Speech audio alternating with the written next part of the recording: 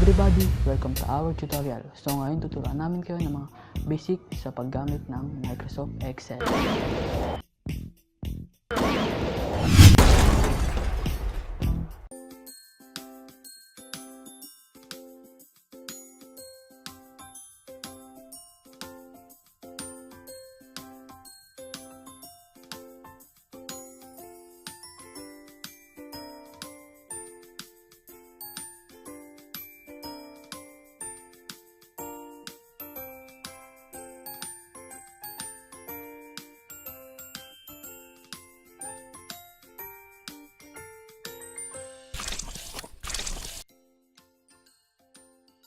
So first, what is cell? So itong nakita mong naka-highlight, yan ang cell. Ang cell ay ginagamit sa mga pag-input ng mga value. Kagaya nito. Pwede ka rin maglagay dito, dito, dito, saka dito. So itong maliit na rectangle na to, ito ang cell. Gets? So sunod naman ang address. Hindi ito yung address ng bahay. Ito yung address ng cell mo kung saan siya nakatapat. Kung titignan natin sa taas na naka-highlight, sa siya nakatapat, tapos sa gilid naman, sa 5. So ang kanyang address ay C5. Gets?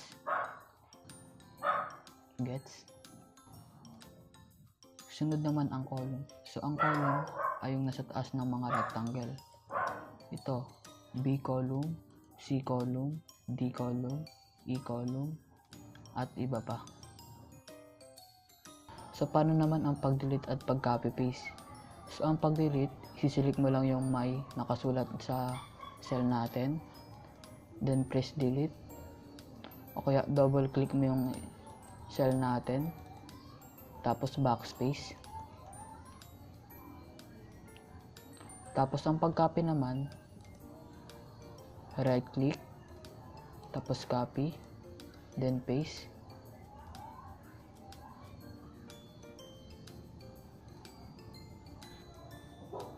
So kung gusto mo siya ng maramihan ng pag-paste, so hold lang natin.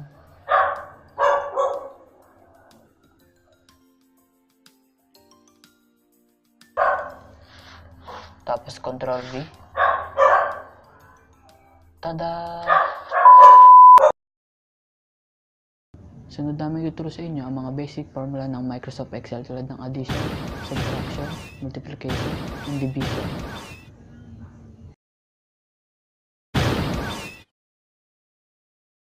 So first, ito yung mga symbol natin. Plus, minus, divide, multiply. So type equal. So type A1 plus A2, tapos hit enter, and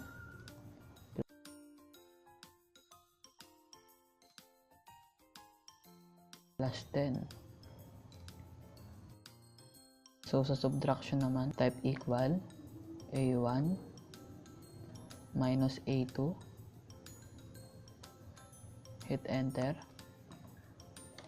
Tapos maglagay na po naman tayo ng value 19, 10. See? So sa division, ganun rin. Type equal D1 divided by D2.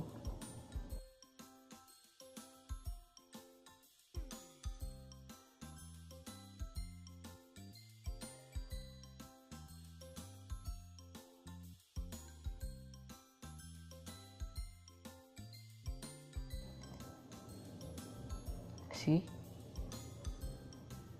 Type equal G1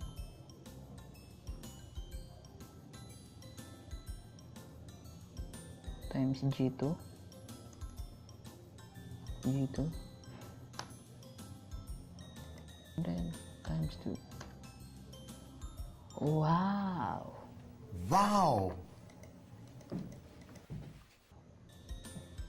So kung gusto niyo ng ibang mga formulas, punta po kayo sa AutoSum.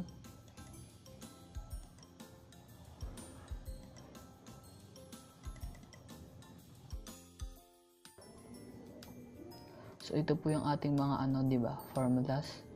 Sum, average, count numbers, max, min. Saka meron pa po tayong iba. Yung example natin yung sum. Kasi madali lang. B1. So ang pagkakaiba po, hindi na po natin ilalagay yung mga symbol. Kasi meron na po tayong sum.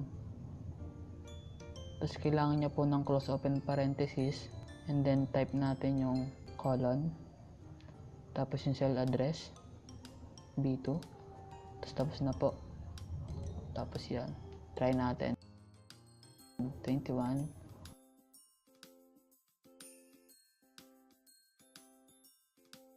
Plus 21.